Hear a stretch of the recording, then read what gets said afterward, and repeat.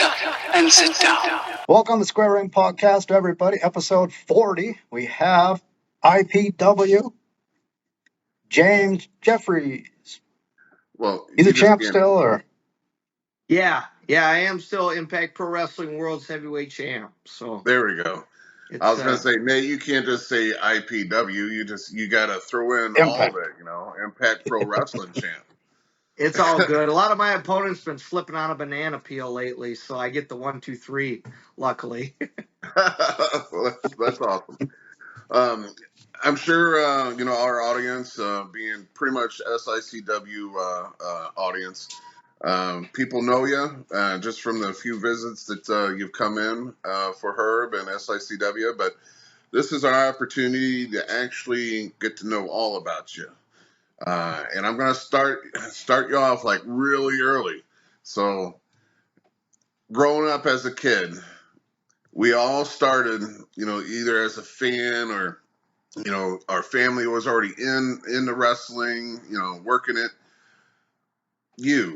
Did you grow up as a fan? Did you have family in it? What's your history with it? yeah. So first of all, I just want to say thank you guys for having me on your podcast tonight. It's a real honor to be here, and the SICW locker room has been very welcoming of myself and my wife Nicole. So I appreciate you guys having me, and it's always good to see you guys and catch up with you. But for me, just a wrestling fan. My mother tells me that my dad used to sit me on his lap at like 3 and 4 years old, and we'd watch like Hulk Hogan and Macho Man, Ultimate Warrior, and that was I was born in '89, so that's a pretty good time for a lot of the boom of the golden era of wrestling, like Hacksaw Jim Duggan likes to call it. Lot of the characters, and Hacksaw, Macho, the Mountie, all those guys. But mom told me that my dad used to just, I'd watch it with him really little, and then as I got older, mom and dad and myself would watch WCW and WWF Attitude, the Monday Night Wars. So, Okay. and we'd go to my grandmother's to watch it because we didn't have cable. But, we'd watch till about, 9:30. Sometimes if it was real good, we'd stay till the very end. It was always kind of up to my dad how long we'd stay. But I got into wrestling as just watching it with my dad. So, Right. and then, fast forward, getting into high school, and mom and dad took me to a lot of the matches in high school, and just kind of, I'm like, okay, I want to do this, and they were always very supportive, and made sure that, with all their kids, they were like, yeah, just follow your dreams, so That's they awesome, were man. they were very supportive. So I do want to cut you off for 1 second because I really did not expect you to say WWF and WCW. yeah, Because everyone who knows you're like a throwback to the WCCW era. I mean, you do Kerry's move. What was it? God, I had it written down too because I wanted to talk about it. discus punch. Yeah, the discus punch. Yeah. The tornado punch, or if you're remembering from the WWF days. But Yeah. I mean, so the outfits you wear, your style of wrestling, all reminds everyone of the WCCW. But you started as a fan from like WWF and WCW. Yep.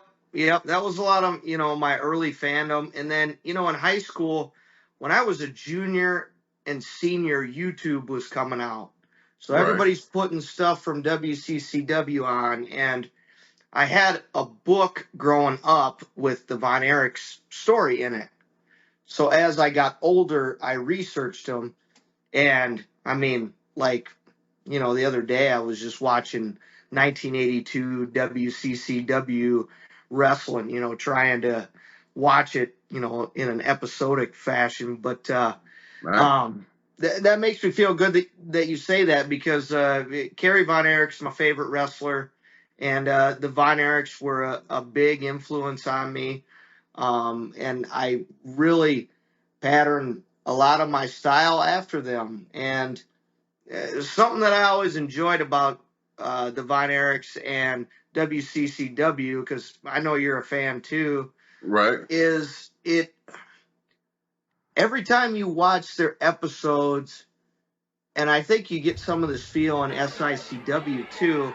But every time you watch their episodes, it's just such a loyal fan base, and people are so into the matches, and that's what I loved about World Class and that era. The '80s. AWA. A lot of that stuff. It just people were really into the territory that they enjoyed, I guess. Does Right. that make sense? It does. But here in like the St. Louis The fan shop. area, we actually got everything. I mean, it was kind of crazy. Now, growing up, yeah, we didn't, I didn't have cable either. So we would always do like, if a friend's house, like it would actually rotate via the friends. Whoever wanted to have the party that night, we would all, get together. My dad too would take us over to that person's house, and we would stay and watch it. And the same thing goes for the pay-per-views. But here we had, of course, Wrestling at the Chase. We got viewings of WCCW, WCW, WWF, and then when WCCW folded, we got Global up here, so we were actually able to watch all of it. It was kind of crazy for a while, but it surprises me because when you said when you were born in '89. You were so young still, and to still want to be a throwback to that era. I mean, we're both coaches. We both teach, because you said you're training up. You're a head trainer over there. Yes, sir.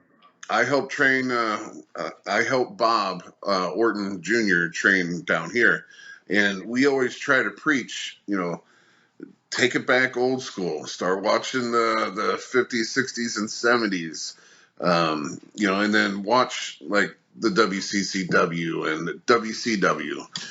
We never really preached watching WWF because, it was more of a cartoonish,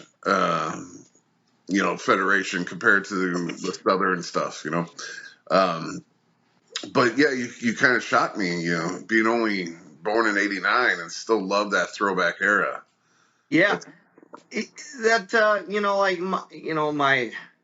my ma loved the '80s and my dad loved the '80s, and I just thought, man, what a special time to be in wrestling. And Oh, like when I was in high school, you'd watch a lot of the documentaries and stuff that would come out, and they'd say, always watch the people that came before you. And for yeah, me, the Von Erichs hit with me, right, you yeah, know, and I just wanted to know everything I could about wrestling and guys who came before me. So, and I can remember like some of the first wrestling gear I got. I had such a struggle thinking, okay, what do I want to wear? Well, I like Ultimate Warrior. I like Kerry Von Erich, Macho Man. What did they all have in common? They wore colorful stuff.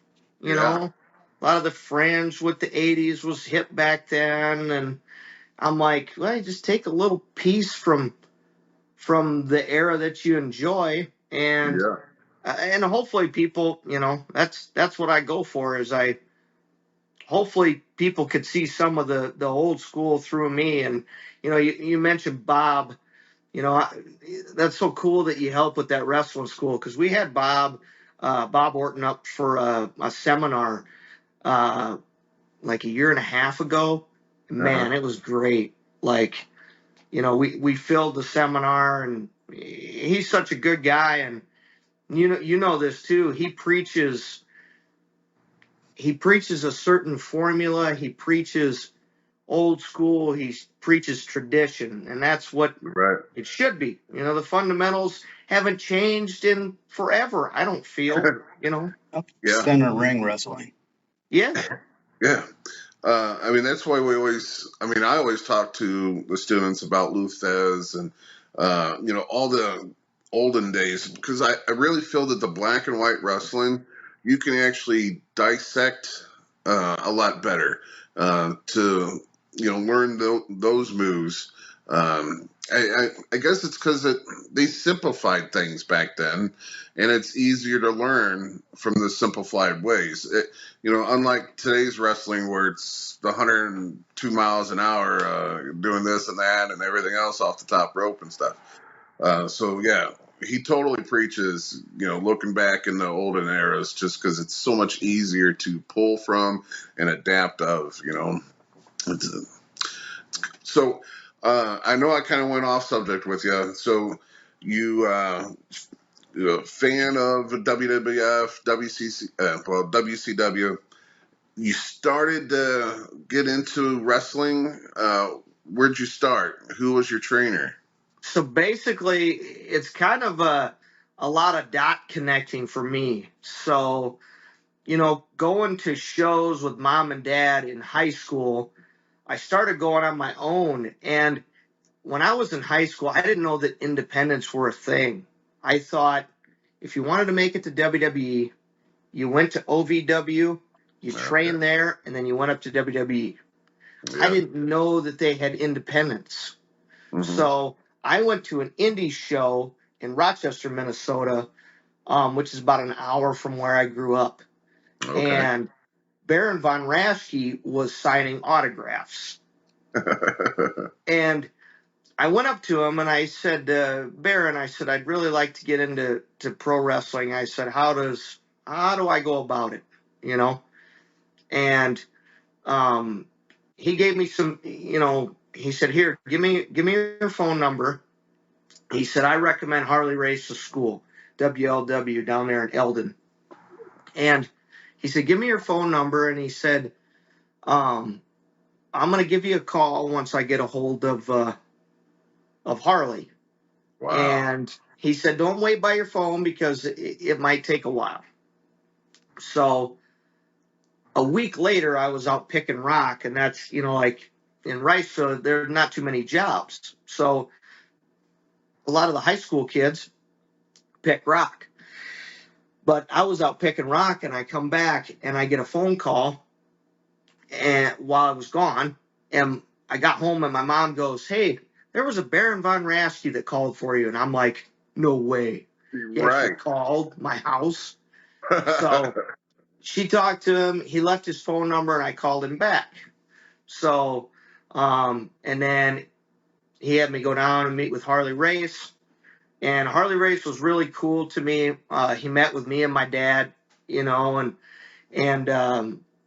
I was a little small for his locker room at the time. And he said, hey, he said, the door's always open here.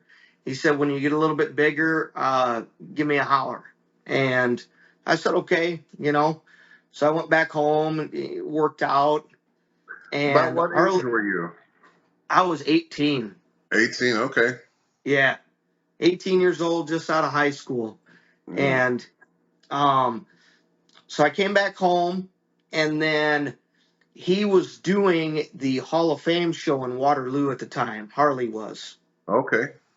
And the guy who actually trained me, hey, Bobby. Bobby D. Am I just in time? What on, brother? But Harley was doing the Waterloo Hall of Fame show at the time. So I went down to the show there, and about a week before that, I had seen a news spot on a local wrestling school out of Algona, Iowa, with a guy named T.S. Aggressor, Travis Shillington, who would eventually train me, and Impact Pro Wrestling. So I watched the thing on TV, week later, go down to Hall of Fame. My first Hall of Fame I went to, sitting in the crowd, and there's TS Aggressor and some of the Impact Pro Wrestling guys sitting in the crowd. Well, I didn't know that TS worked for Harley Huh. often. You know, he'd come down to Missouri with Mr. Destiny and Wicked Lester Brody and Juan Furneaux, some of the other guys from up in this area. So talked to him a little bit. He said, hey, come check out our school, and liked it, and started with him in August of 2007. So, 2007. Wow. yep. That brings me to two questions I have for you, James. One, Yeah. on the registered site where it shows all the wrestlers' matches, it has you wrestling your first match in a 13-man battle royal in October of 2007. Then you Yeah. don't have another registered match till 2009. Yeah. Did you have any there that weren't registered? If not, I why the large gap? I did.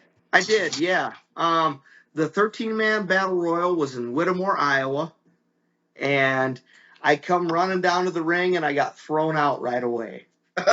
And I actually, in 2008, I wrestled in my hometown in March.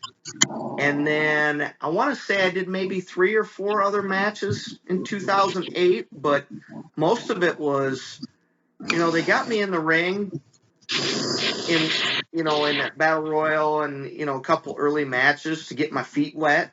And I spent a Yeah. lot of 2007, 2008 training. So really didn't start doing a ton of shows till 2009.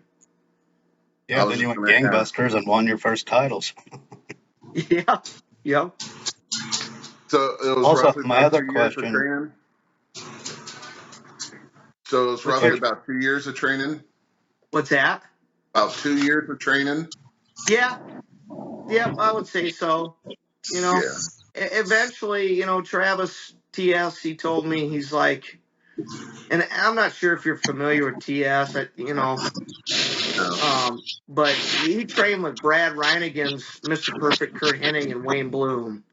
So he helped a lot of the guys up here in Iowa and Minnesota get into the wrestling business. But Really. TS TS said to me one time, he said, "Hey, you don't have to come any weekend anymore, or every weekend anymore, if you don't want to."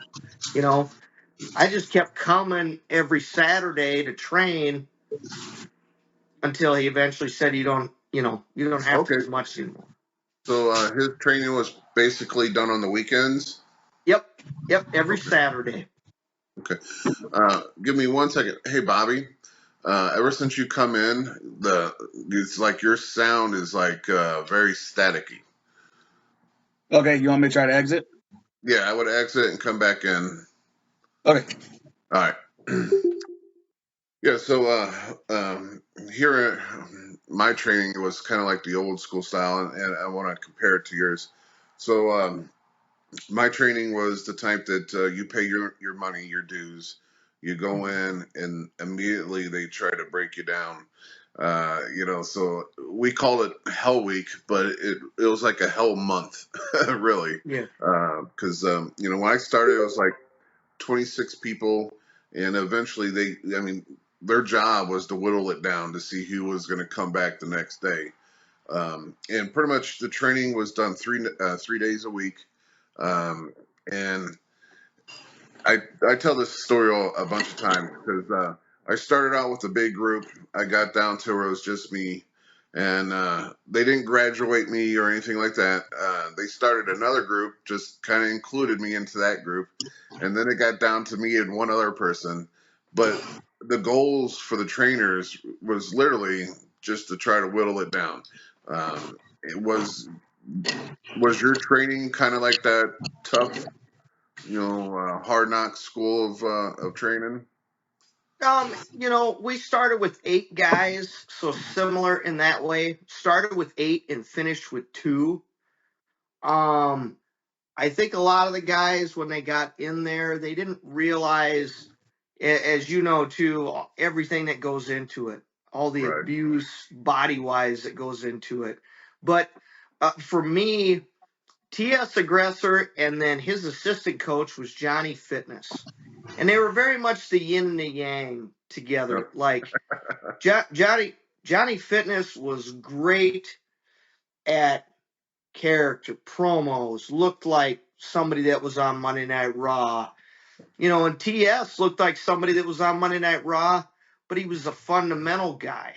But they really pushed you as hard as they could, but they also took care of us too. They didn't. I feel like they were firm believers and they wanted to make a lot of people's dreams come true. But also too, if wrestling wasn't for you, they told you right away that it wasn't for you. So Yeah, yes, that's nice because being a trainer now, and if anyone watches my wrestling, I don't train the wrestling that I do. Because I just do the big guy stuff in the ring, but when it comes to training, I train the More than actual, ladies. more of a wrestling traditional match. It's kind of funny because even the guys that I help train, they're like, we don't see you do any of this stuff. How do you know how to do it? But and a Big lot of Tony times, Costa required it. well, a lot of times too, they'll come to me with, the advanced ones. They'll come to me and say, "Hey, I want to learn this move," and they'll call it something that I don't know, or don't understand, until they show it to me and be like, "Oh, well, we used to call it this, and this is how you get into that." So sometimes I get stumped with the names that they bring to me, but normally, if they can show me a video, show me a match, I can break down that match for them and then teach them how to get in and out of that. yeah. But I'm sure it's the same way with, well, you're a little bit younger, so you might know the current day move set or the names of the moves, but I feel like I'm a little bit out of touch. Like some of the students I've trained are, there's a couple of them that were 17 when they came to wrestle for us. Just a couple months from 18. And but also too, and you probably feel this way too, Texan, is it's very rewarding when you can help somebody learn something that you're very passionate about or that you've enjoyed and that you've made good relationships with. So that's something I enjoy about the coaching is just it's so rewarding and it almost makes me feel like I can relive it again. I mean, yeah, I mean we can't go backwards, of course, but right. it's cool when your students succeed, you succeed, and it's not. I don't feel it's from a selfish standpoint. I just, if you said something to make a difference for them, that's great, But they got to learn the wrestling business their way too, Right. So Yeah, because you don't want to throw them to the wolves and them not know what to do. Uh, exactly. I myself feel like I'm towards the end of my career. I'm not saying I'm done. I've probably got a few more years left in me, but I wanted to start, teaching so I know there's a spot for me after my career. As long as Bob's still alive and kicking, I know I got a spot that I can, you know, give back to the business what they say and help that new generation. Which is great is in our locker room, we've probably got 6 students that are currently on the roster for the live shows and the TV tapings. The first student that graduated, I wasn't there for, but from the second on, I've been a part of helping them make it. And not to throw our big-headed student out there, but Brandon Beretta, he was number 2, and he's gone pretty wild, and we got to thank him now for the house that he brings. So Yep. Every time. Yep. This, right? It's so funny. He's such a nice guy, you know. He is, and we rib him so much too. It's great. Yeah. Well, he knows it's all in good fun because, like, my experience with SICW, everybody's got such good hearts down there that everybody knows it's all in good fun, and you know, Oh it's yes. not like hazing or bullying or anything. It's just like, hey, y'all watch each other's matches. Y'all Mhm. want the show to succeed. You know, Herb for me, and you know, Nicole, I think I could speak for her. You know, he's been nothing but good to us. So you guys got a real special locker room. So You it's know, been cool to be a part of it. So, it didn't start out that way. I'll just be That's it. honest. It takes a yep. lot of policing to get there. And we've Yeah. talked about that. We've talked about that. You know. But yeah, so even where me and Bobby, trained, they love the haze. They're if you're in the shower, you know, a bottle or a cup of yellow fluid might get tossed on you, or they take your gear, and now you got to be you're 5 minutes till your match, and you're not dressed because you don't have the shit. So I mean, going from that type of locker room to the locker room we have now is like night and day. Yeah. So we're very proud of that locker room now. So You should be. You should yeah, be. and I will say that we are kind of selective on who we bring in. I mean, we might bring in once, and you might think you're in, but that's actually your tryout stage. Yeah. If you're going to mesh So with the locker room. So just because congratulations on making it more than once. Thank right. you. Yep. I appreciate that. Thanks for putting in a good word for me. I appreciate it. Well, I And tell for you, everybody that doesn't know, James wrestled against Waco and beat him on September 9th of this I year. tell you, he's another one. Slipped on a banana peel. 1, 2, 3. Got him. that's a nice way to say it. That was fun. That was a fun show at Belleville. That's a good crowd. Good wrestling Yeah. crowd. Oh, yeah, that show was crazy. The audience was just they wanted it. They cheered for every match, booed every heel. I mean, they were definitely in the show. Like Is that last your little Saturday, dog that making that crowd was noise? nuts. I think Yeah. your little dog should bark that loud. Because I you guys know were it. just down there Saturday, right? Give me one second. Yeah, on Saturday, the crowd was so freaking noisy. 400 Well, drunk people will do that. that was Saturday when I had to get my cup and my trophy all back together once again. Winner take all match. Yep. Canada There you go. lost. As they Although, should. James, they should. I want to take you back to something you said at the beginning with you and your dad watching Hacksaw Jim, and then what it felt like to get into the ring with him later on and wrestle with him. And was it 2 years ago or last year? Yeah, so I wrestled with him. It was 2015 at this thing called Bacon Fest up here. Was it that Basically, long? it's I'm in. When is that? Well, basically, they have it downtown Des Moines at this place called Hy-Vee Hall. It started as a bunch of guys getting together having bacon and beer at a cabin. Well, It's now they perfect. get now they get music, wrestling, all sorts of stuff. But in 2015, they had wrestling Bacon Mania. So they had Hacksaw Jim Duggan, Ted DiBiase, Honky Tonk Man, and there's just a sea of people at the wrestling matches for Bacon Mania. Man, And it was cool. You know, that was I got to team with Hacksaw, so I mean, I have his Hasbro action figure from childhood downstairs still. So yeah, it was cool, and you know, I got to see him a couple weeks ago at the Missouri Athletic Club. yeah. So he's a good guy. So, follow up question: is this wrestling beer and bacon festival still a thing? Yes, it is. You're gonna need to shoot me the dates for that.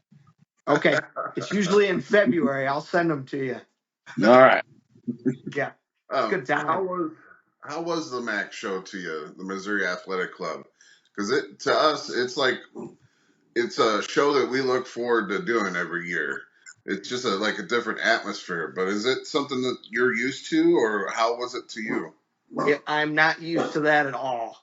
Like, it was one of the coolest experiences of my entire life was Wow. that show. Like, I didn't know when we got down there what it was about. And then we get there and everybody's into the matches and it's, high class and it's a beautiful place and everybody's so cool to you, Yeah. and they just want to be entertained. And it was great. It was one of the coolest things in my entire life that I've ever been a part of. And I hope to be asked back again, you know? I love the fact that it's all these. It's kind of like a class that we don't belong in because it's all lawyers and doctors, and they're all in their suits, and Yep. their women are all in the gowns, and it's cigar smoke and whiskey, and they're betting on the matches. I don't know if you've seen it during your match, but I belong with whiskey. eh, Yeah. Maybe but not the I'll rest of tell you. it. I did. I saw him betting on matches. And then when each person would win or lose, the reactions that people would have was crazy. They'd either be pissed off or they were super excited. so I know we keep jumping back and forth, but we love to do that. So 2 years of training, so that brings you up to what, 2009. Yep. When do you get your first big push that you can see, or when do you? I'm sure Nate already knows because he loves the list of what your matches are, but I want to hear from you. When was your first like big push, and what championship did you get, or what opportunity was it? So for me, the first championship I ever won was the Impact Pro Wrestling World Tag Team titles. And it was with a guy named Ian Wellington, and we were both amateur wrestlers.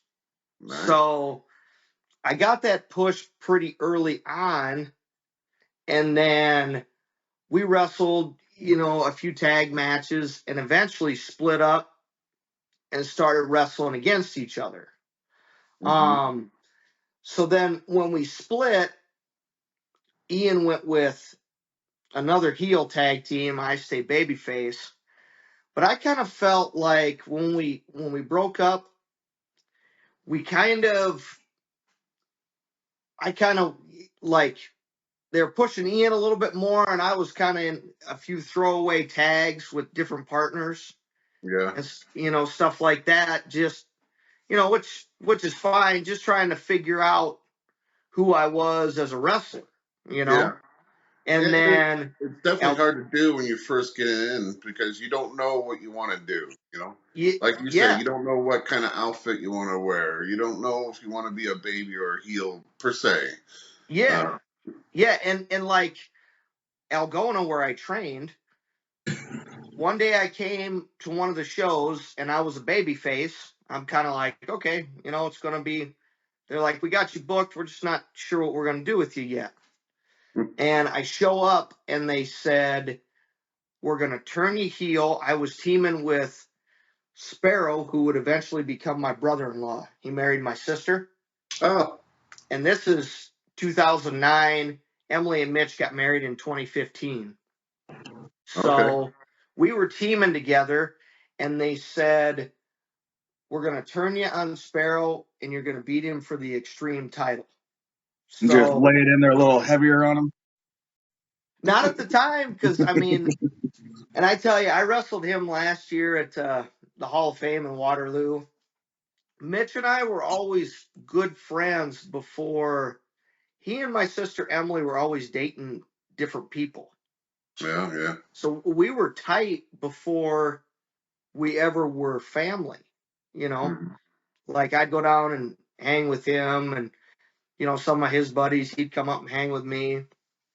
But I feel like when we did the split and I beat him for the Extreme title, I got a bit of a singles push. And now I was like, okay, now I got to show who I am as a heel. I haven't Yeah. quite figured out a baby face yet. Right. But, now I'm a chicken shit heel and running away from everybody. And I felt like that was kind of my big, hey, prove something to us and trying to move up on the card, if that makes sense. Sure. That extreme title, was that like a hardcore title or Yep. was it? Yeah. Yep. What kind of hardcore matches did you do? Oh, I mean, we did some last man standing ones. I did a fans bring the weapons match a couple times. Been there. What else? What else did we do? Triple threat, hardcore, stuff like that. Hmm. I the students always ask me, we want to do this, we want to do that. And I said, Yep. we did it. I mean, I did it when I first started, because you wanted to get booked anywhere you wanted. I mean, anywhere you can. So if they, had an opening for a hardcore style match, you'd take it. Or if it was just a regular match, you'd take it, do anything. But I tell them now, I said, you know, there's so many places nowadays that you can wrestle. You can kind of be more selective because those first few years of doing hardcore, that takes a lot more out of you. And if Yeah. you were to be selective now and work regular matches, your longevity might be a little longer. Yeah, Yeah. absolutely. And I want to touch on something real quick too with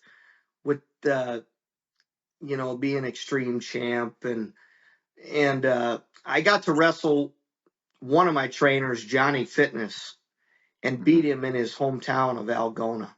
Woo! So that was a big shot in the arm for me. Just it was really a surprise because he was. You have to look him up sometimes. Oh, definitely. He was phenomenal. He still is. I just talked to him. On Sunday. He's a great guy. Is he still wrestling? He's not. No. Nope. Is Nope. he Not still anymore. is he still healthy? Yeah, he is. Okay, Yep. so that's good. As long as they left, not under the conditions that they got hurt, Yeah. I'm all for that. So that's good. What's Yeah, we'll crazy is definitely look him up. he still looks the same as he did when I first met him at 18 years old. Wow. He looks like he just came off of American Gladiators or something. I mean, Wow, that is crazy. yeah, he's a So great guy. that's awesome. His hometown, and you get to win. So I mean, that's nice. I mean, he basically gave you the rub there. He, Yep. put the stamp on you. Yep. Uh, so what next came for you? Did you ever start branching out? I heard Minnesota a couple times. Did Yep. you start traveling? I started to travel a little bit around that time, mostly to Minnesota, a little bit to Wisconsin. And then after I finished with the Extreme title run, I was kind of in a stable with a guy named the Big Picture and a gal named Farrah Lee. Well, eventually, Big Picture and I became world tag champions. And we used to wrestle Justin Decent and Ugly all the time, and it was a blast. Some of the best memories of my life. But started to do a little bit of Minnesota wrestling, a little bit of Wisconsin. Never super reoccurring up there. Mostly still Iowa, but would go up there here and there. Yeah. So. Is Minnesota still a hotbed of wrestling? Since it was the AWA territory and all that. Yep, yep. A lot of guys that were up there are still around, and they still got a lot of promotions, and even in the last 5 to 10 years, they've got quite a few more, which is good. The Minnesota wrestling scene's always been real good, Oh, so and everybody was always real good to me up there. Wrestled for MIW for Terry Fox up there, Steel Domain Wrestling, MAW Wrestling. Wrestled for Buck Zumoff a few times when I first started wrestling. Who else? NAW was the guys in Wisconsin that I worked for. Everybody was real cool, and very welcoming. So That's always nice when you can go into a locker room and kind of step right in like you belong.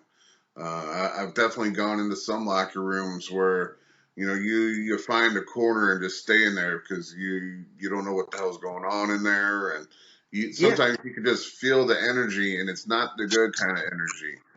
So no. it's always nice when you can be welcome into a locker room. So when do you get your first singles championship? Oh, well, besides the Extreme. So I won the. So I broke up from Big Picture in the tag team, and I was kind of the chicken shit bad guy behind the great big guy. Uh-huh. And Nikki Free, who's a good buddy of mine, we used to travel together, and he was stopping wrestling. So he dropped the title, and they had a tournament. So they broke, during this time, they broke Big Picture and myself up and turned me babyface against the bad guy Big Picture. Buddies, again, kind of like I was with Ian, buddies colliding, this time on a different side of the coin. But we were both in the tournament together. And I ended up winning the tournament in 2012 to be Impact Pro Wrestling World Champion for the first time. So that's awesome.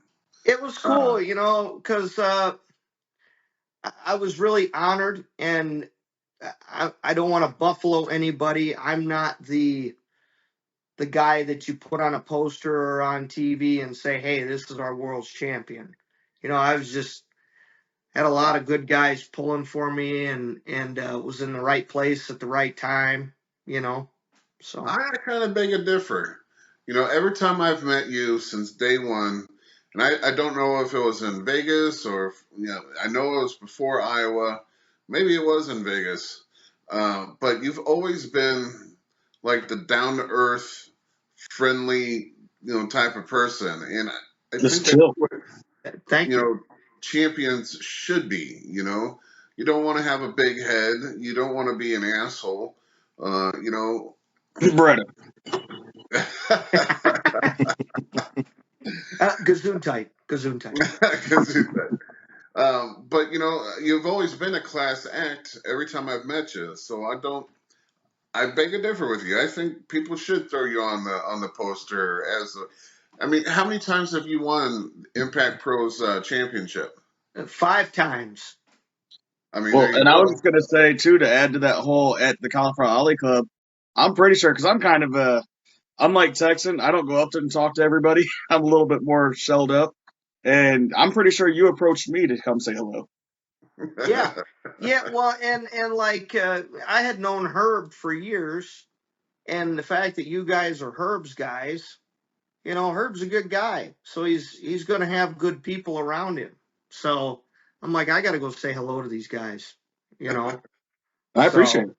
yeah, well, I appreciate you guys being so kind to me, and I appreciate the kind words, Tex, and it makes me feel good. And we were talking about this at the Missouri Athletic Club. Sometime it'll be the last time that we're all together. Yep. Yeah. And I hope that's not anytime soon. But we're Right. just not always going to all be in the same room together. And we have to enjoy the short time that we have in wrestling. And I don't know, I was just around a lot of really cool people at the beginning, and still I still enjoy it as much as I have when I started because Yeah. of the people that are involved. You know? And I totally agree because, to this day, I still get nervous about wrestling someone new that I've Yeah. not wrestled before or who, her brings into the territory, from another one, because that, since it's kind of still a territory system for the independents, you got the Southern, Midwest, the Texas, we're all trained different. Yeah. So it still gives me the butterflies. And they say if you ever stop, being nervous or having the butterflies before your match, and that you don't feel that you should get out because something's going to be wrong. you Yeah. know, but Absolutely. I get the butterflies for the same. I wrestled Vincent for like the 60th time this past weekend. Still get butterflies. Yeah. They didn't have to be someone new. Yeah. right. But most of the time, if it's someone that you can say that you've wrestled, like 12 or 13 times in a year span, you kind of know their move set. You kind of know what they're going to hit you with after they hit this move, so you can kind of either block or protect yourself or whatever. But when you have those new people coming in, which is great because it just makes you better. Because you got to work together and see how their training was different. I Yeah. mean, it's And great. and you got to work with people that are better than you, and you have to I think you want to be the guy that everybody can work with. Yes. Like research them. It doesn't mean you're a mark for them. Right. It's just hey, I don't know how much you guys kayfabe on this show or not, but It all depends on who we got on there. But if you're, I mean, we tried to, we were supposed to have the last two Mondays. We were supposed to have these two guests on, and they've, either ghosted us or, something came up.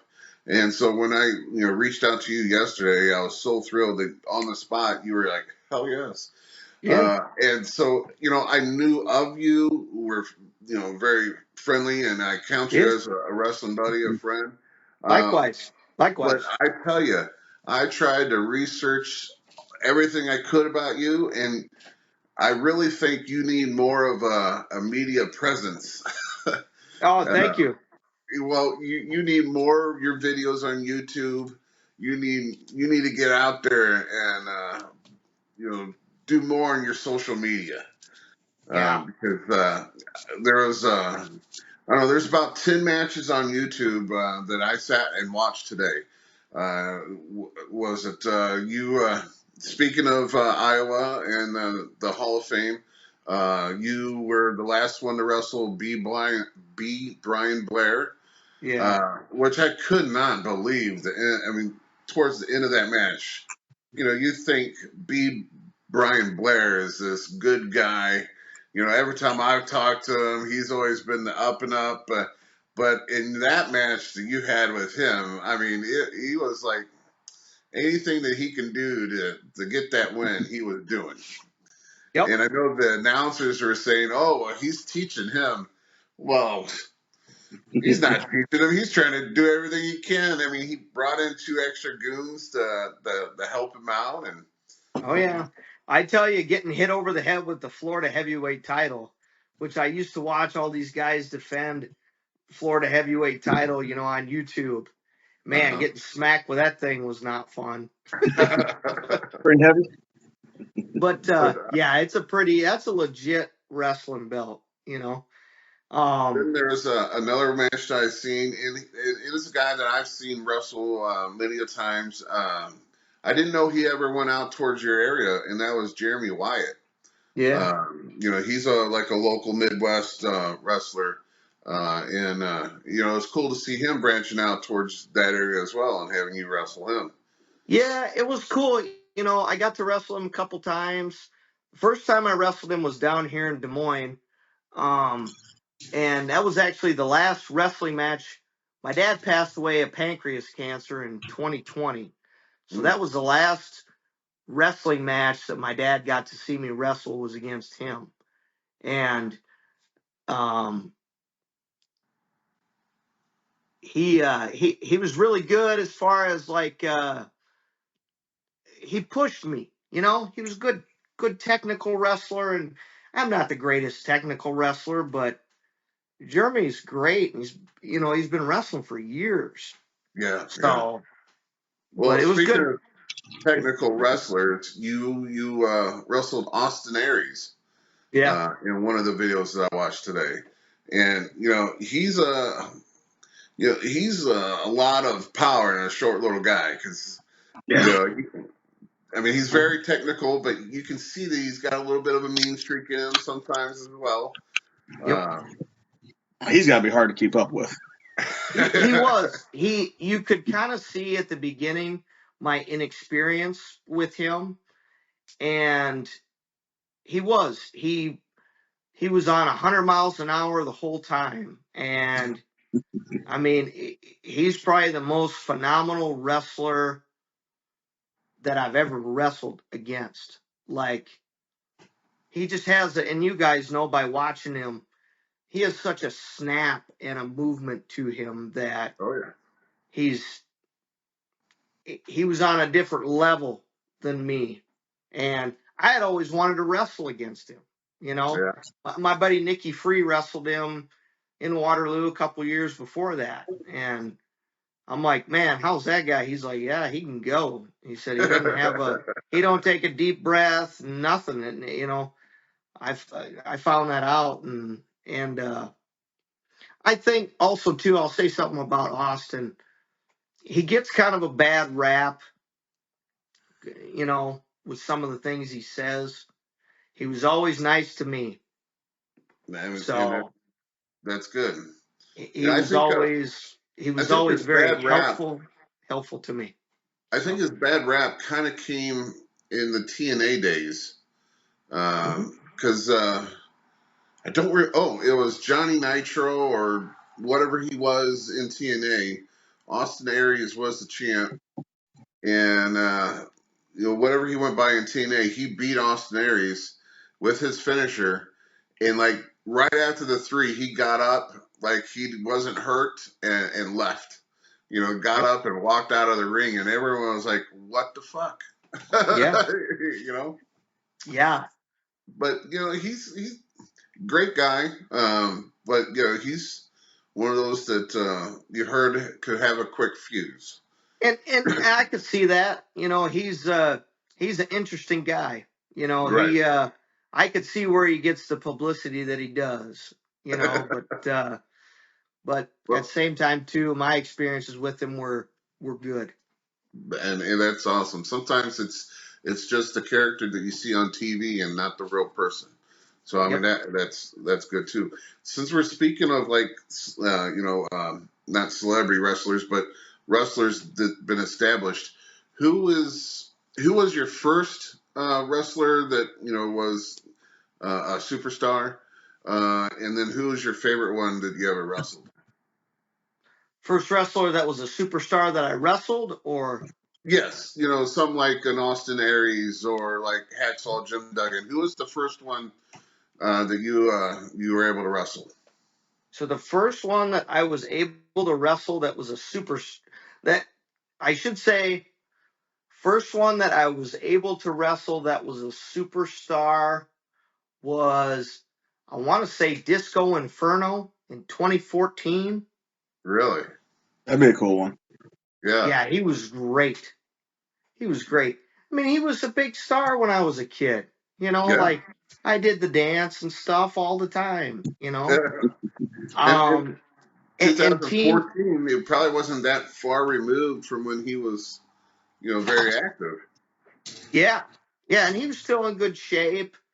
Um, and then I got to work with Hacksaw the first time I worked with him was 2011 in a 6-man tag. Yeah. So working with him and then wrestling against Disco would have been kind of the first two superstars. And you know what? I take that back. I wrestled Buck Zumoff. So on a technicality, he's probably the first superstar that I ever wrestled against. Yep. How were those matches? And, I'll explain in a second what I'm going after. But how was the matches to you? The Buck Zumoff ones? Either ones. You know, Hacksaw, working with Hacksaw, going against Disco. Did the matches come off like you had planned? Did it work out great? Yes. It worked out good. You know, Hacksaw seemed very happy with it. Buck Zumoff was fine. And then Disco Inferno, it was so cool because he got accompanied by Gorgeous George. And you remember the Nitro girl, Shay? Yep. Remember her? They were out there too. So they did a little slap spot. I had a manager with me. Uh-huh. And they both slapped him a few times. Uh-huh. Yeah, that's cool. That's cool. But I asked, you know, they were good matches. I enjoyed them. Did you ever have one that didn't go well? Well, the start of the Austin Aries match didn't go well. And you could probably pick it out like right when you were watching it today where it might have gone a little awry. That one didn't go very well. You mean just in general, or you mean with like superstars? Yeah, with superstars. The reason I'm saying, the reason I'm asking is because my very first person I was able to wrestle that was, you know, a mega star back in the day was Greg the Hammer Valentine. Mm. And, you know, so you're always told, you know, shake their hand. Well, of course, you shake everyone's hand when you first come in. You know, always greet them and thank them for being in there. And so, you know, I didn't know who I was wrestling until I got there. Once I got there, they explained to me that I was going to be wrestling Greg and that I should get with him because him being the veteran, he was going to, of course, lead the match. So, you know, I talked to him, get it all kind of worked out, what we were going to try to shoot for. We get in the ring, first move, you know, to a great start. Right after the first move, everything that we talked about was right out the door, and it was a totally different match. You know, I tell this all the time that Greg has been well documented as not being really into the groove until it's like 15, 20 minutes into his match. And then he's like really oiled down then, you know. Gonna warm up. Yeah, he's got to warm up. I mean, it's still a great match to me. You know, it was my first one that I got to wrestle, but it was such a shock to me because I was kind of newer in the business, and I thought I was doing everything right when I, you know, shaking his hand, asking what he would want to do and how he wanted to work at the match, and then. You know, I tell you, I probably went back in the little corner and like ran it through to make sure that I was going to do right by him. And then he totally switched it up on me. And it was just, I mean, I still thanked him afterwards. And it's like, you know, thank you. But being new into the business, that kind of like, I can't believe that just happened. Yeah. What? I remember talking to you after that one. Yeah. Well, it's tough, you know, like, you know, the Austin Aries match I had, after we got done with it, I saw him in the back and he was not very happy with me for the beginning part. Yeah. And all I said to him was, I said, thank you for getting me through it. You know, I didn't know what else to say to him. You know, you have to, those instances, I don't think, you know, like for you and for myself, you know, and Bobby D too, you know, you can't prepare for you know, like you can't prepare for them to go perfect, or you don't know how the finished product's going to be when you go into it. But all you can do is, I suppose, I mean, all we can do is learn from it. And you gave Greg the best you could do. You know, you were right there with him. You know, I mean, Yeah, it just you know, I still thanked them for the match afterwards, and told them yeah. it was my honor to wrestle you. Mhm. It was just the first time something like that. You know, sometimes it happens to the best of us. You know, you're going through the match, and then you screw up one thing, and then you know it changes, and naturally it should change. Yeah. But this was right from the get go. I didn't even have a chance to get something wrong uh, before it just went totally in the opposite direction, you know. So it was, but it was a good learning curve because I tell Yeah. that to my students now. I mean, like, you know, as long as you know the basics, you know, you can do the chain wrestling, you can get by with whatever someone throws at you. Because, you know, if they do some sort of crazy move on you, grab a fucking hold, Yep. and then you can work them into what you want to do, you know. That's And sweet. so I preach that now because you never know, you know. But I just wanted to see what your experience was if you ever had something like that happen to you. Yeah, I'd say the Austin Aries match. You know, that just thanks for getting me through it, man. You know, and I just, you know, he wrestled for Impact Pro Wrestling quite a few times over the years. So I, you know, he was very cool with our whole locker room. But Okay. I just tried to show him a lot of respect, you know, Right. and yeah. I mean that's cool. So how many years you got in the business now? You know, it's So August 2007. 2007. Okay, so it's 23. So well, you got. I'm bad. And now I'm going to be bad at math, Was it but like about 16 years? 16. Yep. Yeah. Uh, what was your favorite moment? And we might have talked about it, but what was your favorite moment since you've been in the biz? So for me, my favorite moment was wrestling against Justin Decent in the steel cage in Waterloo, Iowa, and That's winning the on the world screen now. heavyweight title. Yep. Yep. That's my favorite moment that I've I said ever I How'd you keep had. get watching. It's a JJ pretty good Dillon to match. be your manager? We talked to him about it, you know. The whole thing about it was Jason Prentice is a very respected and you know, very. You guys know Burt Prentice? Yes, Hmm. sir. Yeah, so that's his nephew. Oh. And if you know Burt, you know Jason, and they're very, you know, they're bad guy managers. Yeah. So, but he was managing Justin Decent at the time, and you know they do. Justin and I had been wrestling off and on for a year, and they said, "Well, we got the steel cage, but we need to keep the manager out." So then they asked JJ Dillon to manage me, and he was super cool. Yeah, we've got to JJ. meet JJ a couple times. He's a very nice guy, very Yeah, knowledgeable too. yeah, yeah. He's really good guy, and you know, earlier in the day we did Wes Briscoe made the save and for me and JJ in a promo that we were doing, hyping up the match, and you know, I got nothing but good things to say about the Briscoes too. They're they were both, you know, I worked with Wes, never got to wrestle Jerry, but both Jerry and Wes have been really good with me over the years and very supportive. So Yeah, that's they, very awesome, especially since you know Jerry's a WWE Hall of Famer. yep, Uh, you know, and I always wonder uh, why Wes hadn't made it hasn't made it bigger than what he has. You know, you figure with that last name and his connections that he should have been a top superstar somewhere.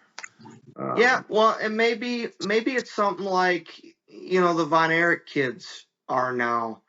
You know, they might get the enjoyment that they're getting out of it at this level.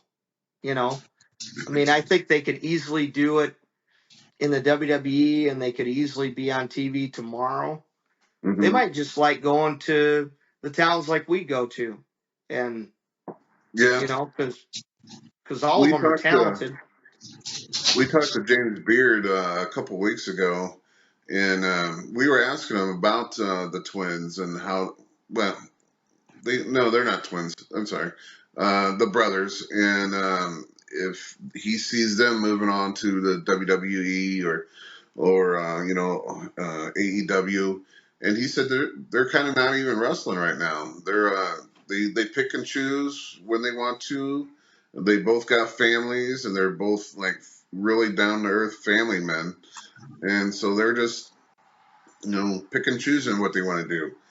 I'm kind of hoping though that since this movie's coming out, The Claw, Yep. that they get some kind of rub from it or some, because honestly, with that last name and their abilities, I mean, they are some good wrestlers. That they should kind of attach themselves to this project and kind of just use that as another springboard. Absolutely. I think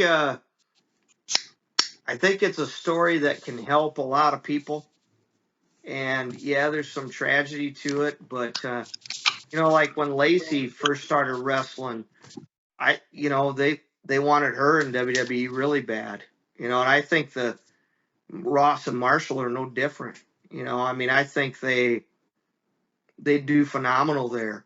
They're just great athletes and Hmm. entertaining wrestlers.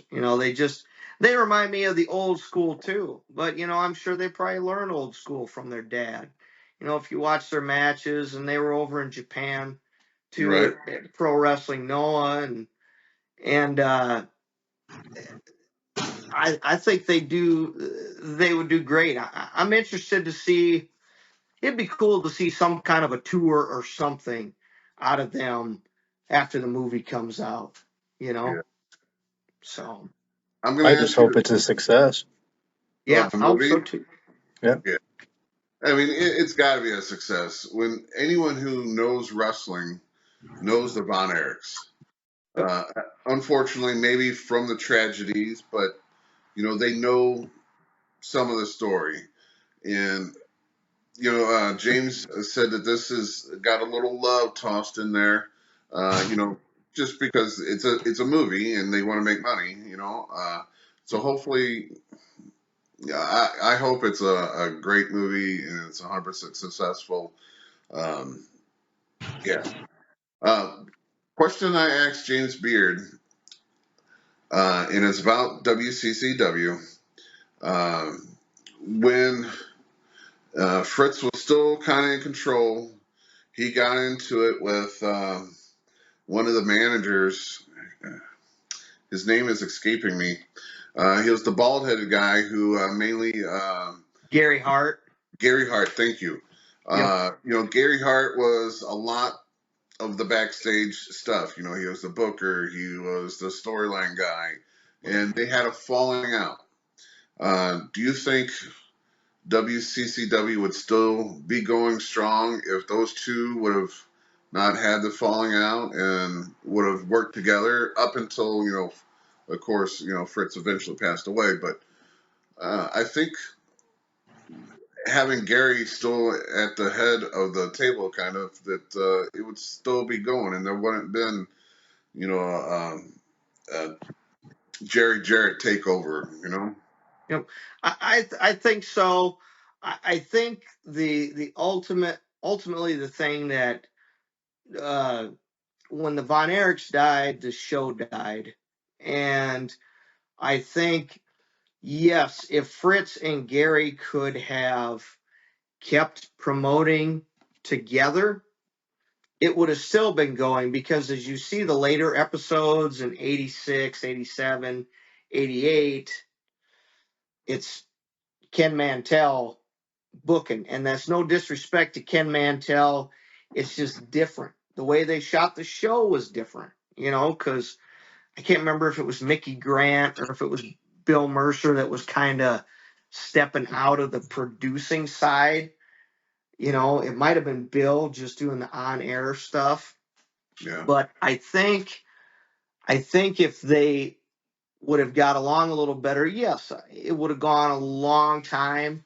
But I think ultimately the Von Erichs passing away really people grew up watching them. And I Right. also think, too, that with Kabuki leaving and Rick Rude leaves and King Kong Bundy and so many of the guys that made that place, Right. I think they would have undoubtedly been a little bit of a casualty. No disrespect to them. Just You like know, the rest of the territories. I think so, because I think a lot of the guys they had would have tried to go see if the grass was greener on the other side, you know. Yeah. But Yeah. It definitely seems there was a lot of small things that kind of added up to the demise. So they were in decline anyway. yeah, Well, you had some of them that had the drug problems. You had, some of them that, like he said, eventually King Kong Bundy and Ravishing Rick Rude went up north to WWE.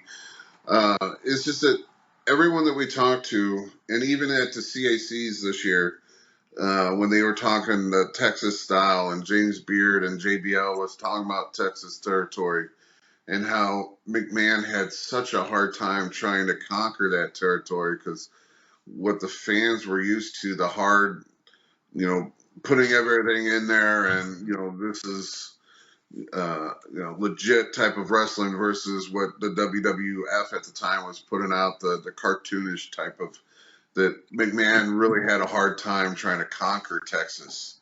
yeah. Uh, Well, and I think, like you touched on it, the hard hitting style of Texas. I think like Bobby D and Big Texan, you guys would have fit in real good. You know, the little bit of Texas wrestling that I did a couple years ago, you guys would have fit in real good there, because you guys are legit.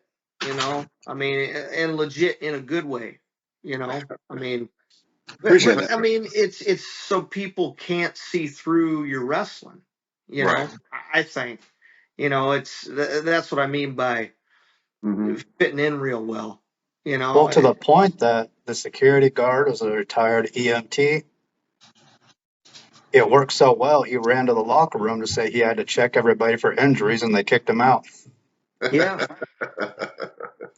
yeah, Yeah. Well, it's a locker room. We don't need anything extra in that locker room. Nope. But I do tell you, when I first made the switch and worked predominantly for Herb, yeah. they always had someone that was EMT, or, of course, his mainstay was in a firehouse. There was a community center, so you always had a fireman there or a cop there. Yep. So there was always, in case something did happen, you always had someone to look at you, because I definitely needed the EMTs, during one match that I had. But that's And another involve story. involve a ring bell and a body slam on the floor. It's just a long story, and I said it too many times. And but so let me get back on to you. What do you want to still accomplish? What are your goals going into 2024? He wants the SICW heavyweight champion. Yeah, Yeah. yeah. Taking All on the right. Yep. Texan. Get in there with, definitely get back down to SICW and get in there with the top guys in there with, like yourself, Bobby D, and I've wrestled a lot of the really talented guys in SICW. Like I'd love to get in there with Gary Jackson, Attila Khan. I've got to get in there with Sean Douglas, Superstar Steve. It'd be great to get in there with Niles Plonk again. Um, yeah, I think a goal for me is to just wrestle a few more places in 2024. I don't. Uh, my son will be 2 in December, so a lot of my wrestling enjoyment comes from the coaching and watching my students succeed and still getting to wrestle a little bit. So Right.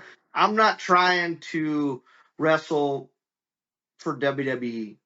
I've had some tryouts, in the past, and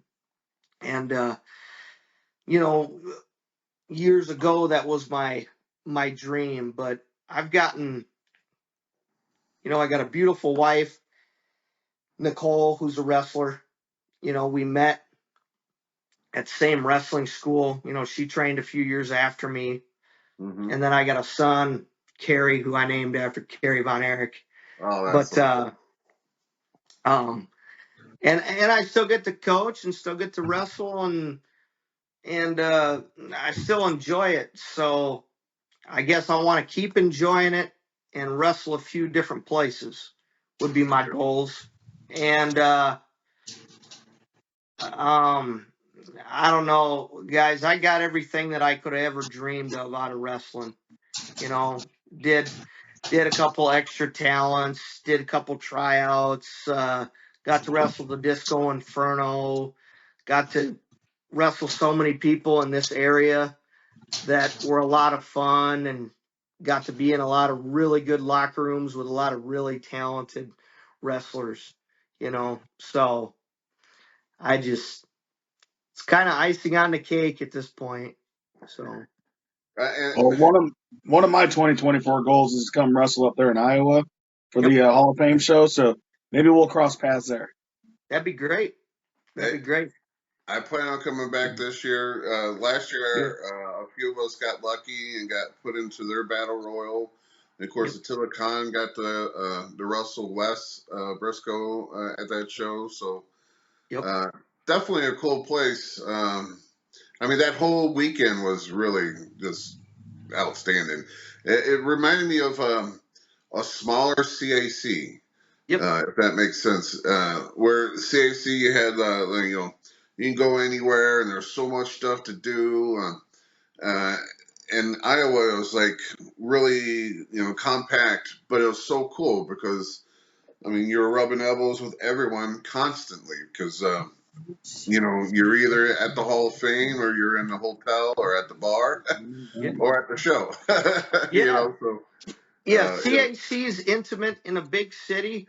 Waterloo's intimate in a small city. It's just basically the That's the best way hotel to to put it. the building to the museum. Yeah. All of the stuff in Waterloo is 2 and 3 blocks away. Right. CAC, you might have to walk a little more, but that's something I love about CAC, and I wish we would have made it this year. We made it last year, but not this year. So I'm going to try and make it this next year. But both CAC and Waterloo, I think it's tradition and it's intimate, and you meet a lot of good friends out there too.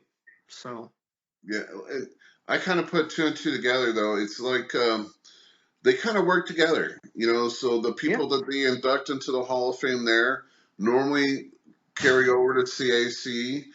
So you get to meet them in Iowa, get to socialize with them, and then you run back into them. Back at the CAC, it's like old friends. So it's my goal is just to do more of that. I would love to hang out with everyone that I can.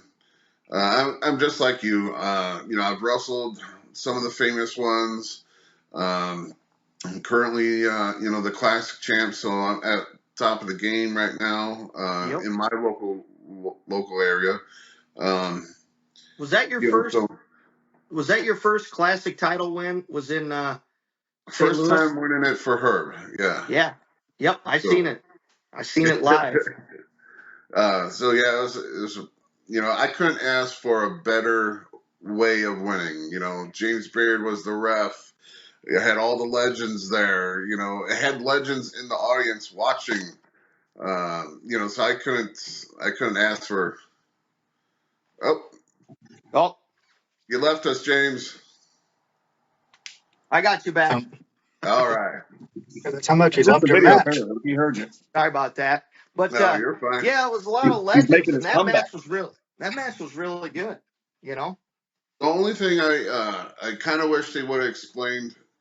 I mean, because on SICW's YouTube channel and of course on our house shows, we explained that match going into it. But something like that, like the Fan Fest, where these fans are coming to see the legends, and they stuck around, of course, for the show. They didn't really explain, what that match entailed, where you had to pin the guy, and then you had to give him the 30 seconds to be able to stand, and then 10 seconds after that, the Texas Deathmatch rules. So I think a lot of fans didn't get more into it because it wasn't explained clearly before the match went off. Yeah, a little bit of confusion, you're saying? You're right. Because the first time I got the pin, 1, 2, 3, everyone thought that was over with. That it was done. And then they had to explain, oh, now he's got 30 seconds to see if he can stand. That kind of, Herb did the best he could with the live shows going into that match. And, of course, the YouTube channel going into it. I think we should have explained it a little bit better there at the show. But other than that, I couldn't ask for a better way to win that championship. Yeah. Yeah. So, it's, but yeah, I want to go to, there's a couple fan fests, one in New Jersey. I would love to travel out to and see. And I know JJ Dillon has a lot to do with that one, behind the scenes and getting that together. And then there's one down south. I can't remember the name of it now, but and then WrestleCon, I think, is up in Chicago. So I would like to do a little bit more touring. Um, when you first start off, you go anywhere you want. That 5-hour drive doesn't mean anything to you. You want to do it. And then when you start getting older into being a wrestler and doing it for more years, you start backing yourself off. Like that 5-hour drive, man, that hurts. Yeah. But my boys are grown. They're men themselves. And so now I have those free weekends where I don't have any sports like Bobby. Bobby has 3 kids of his own, and he's constantly football, baseball, soccer. I'm late getting to the podcast tonight because we put a bonus wrestling practice in tonight. Yeah, Nice. see, I don't have to deal with that. So now I'm more willing to open that back up and take those long drives and stay in the hotel versus driving all the way back that night, Yeah. But I would love to do more of that. But Herb has really taken care of us the last 2 years, taking us places that I don't think, we wrestled at the Chase, which I know you're from Iowa. You might not know what the wrestling at the Chase means to the St. Louis area. I actually do. Okay. Yep. But that right there, it wasn't on the bucket list because it shouldn't have been on the bucket to begin with because it, It seemed unachievable. yes. I know the NWA's been back twice now and wrestled there. But as a local type of wrestler, you wouldn't imagine yourself being at a place like that. So that was definitely cool. And of course, like I said, the Mac shows are awesome. But yeah, he's taken us a bunch of places we've never been. And I hope he always tosses in, well, I'm 50 years in, I should retire soon. I keep telling him, you ain't retiring. Yeah.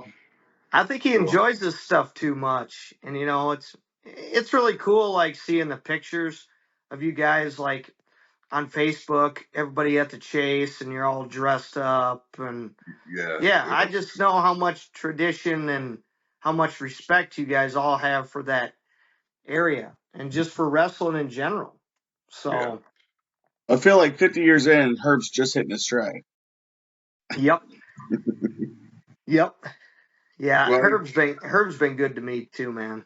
He's just he's one of the good ones, yeah. He's got a good heart and a good family. So Well, I'm sure you've worked for some promoters where their word wasn't the end result.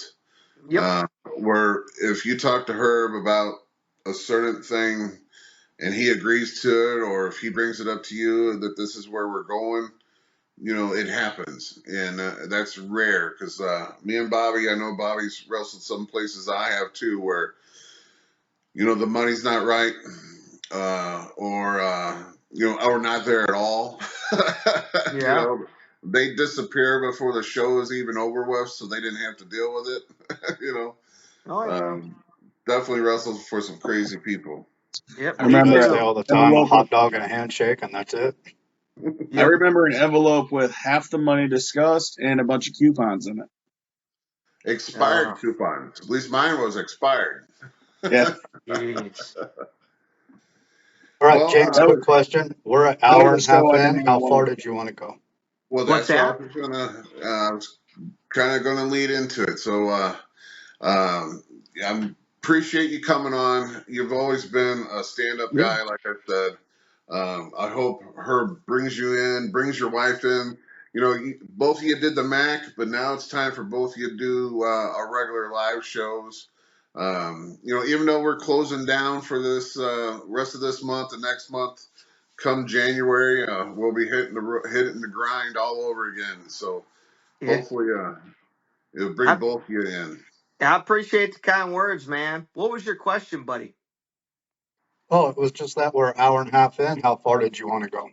Well, I mean, that's probably good, you know, for me for the evening. I should Yes, probably yes. get to bed and you know, catch a couple Z's. But There Texan, you I go. appreciate the kind words and all you guys. I really appreciate everything. Thanks for welcoming Nicole and myself into the locker room. And I Well, got you fit, so you fit right in. So it was great to have You you. notice he keeps saying you fit. You know, she's a little meaner out there in the ring. I love it. Bobby kept telling me that down at the Missouri Athletic Club. I thought that was good. So, Let me but ask you one last thing. yeah, After the movie The Claw comes out and you watch it and we watch it, can you promise me you'll come back on? We'll discuss how that movie is. I promise, and I would be honored to do that. So, Awesome, yep, it's awesome. Well, I love the Von Erichs and I love world class. So, yep, I'm in. perfect. So, anyone out there, how would they be able to get a hold of you, or how do you take your bookings, or um, do you have Or any even just social where media fans can see push? your pictures and videos. Yeah, just James Jeffries on Facebook is the best place to get a hold of me. And Okay. then I'm on Twitter too. So You know, I did not check out your Twitter. You know, I checked out I tried to find everything I could from you, but I did not check out Twitter. yeah, I Well, I'm see on that's your, because you guys are out of date. It's X now. or oh, yeah, X, my bad. there you go. I did see a video of his wife. I don't know if she was your wife then, cooking eggs. Oh Uh, yeah. Yep. I thought I kept trying to hit the button with it. Where's the volume? Where's the volume? And there was no volume to it. But you know, I just Yep. thought it was funny. Yep. Yeah. We were still dating at the time, but she was so determined that she was gonna flip the egg in the frying pan. And when it landed on the grill, I mean, I laughed so hard. But It's I awesome. watch it every time it comes up. That's a good thing about Facebook is it's got those memories. I I love that agree stuff. with you because I tell you, and I told both of these, there's matches that pop up that I don't remember doing. Yeah, and so I'm watching it as like a fan of my own stuff because I don't remember the match. Yeah. Well, and I think after a while too, some of them, even some of the years, they run together too. Yeah, they start to fade That's been away. happening for me lately. Is some of them run together. I'm sure I forgot a couple things. I got the years mixed up today, but you Yeah, know. I'm just saying when someone asks me how long you've been in the business, I got to count, Yep. or sometimes I got to find out where I was working at that time to remember when it actually happened. Yeah, and But Mine's not too like. bad. Mine's not Go too ahead. bad. A year after I graduated, 2006, when I started. Nice. all right, Nice. well, I'm going to close it out. So if you like what you are watching and listening to and our guests that we bring on, please like, subscribe, and leave a comment. You know, the comments are the best way for us to figure out if we're doing everything good or if there's something else you want to see. You know, express your feelings to us. Let us know. Otherwise, we're going to keep doing what we're doing, bringing on the guys that we like in the business. And like James Jeffries, if you ever get to see him live or meet him in person, he is a great guy to talk to. Always been friendly. And again, I want to thank you for coming on tonight. very short notice too, because I literally just reached out to him last night, and he jumped on it. So I very much appreciative of that. Hey, I appreciate you having me on. It's a pleasure and an honor to be on your podcast. And guys, much respect to you guys. I just watched that episode with you guys and James Beard about the Iron Claw, and I've watched other episodes too. So I keep it up. I Much enjoy. appreciative of that. So yeah, Thank thank I you. you. enjoy listening to the stories. Sounds And anytime, I'm happy to come on and chop it up with you and talk a little wrestling. So awesome. All right, so at the Squared Ring Leave it in. podcast. Uh, have a good night, and we'll see you again next week. All right. have a good Yep, night, Thank you. guys. appreciate you, James. Thank you. All Thank right. you, guys. Appreciate y'all. Bye bye. Thank you.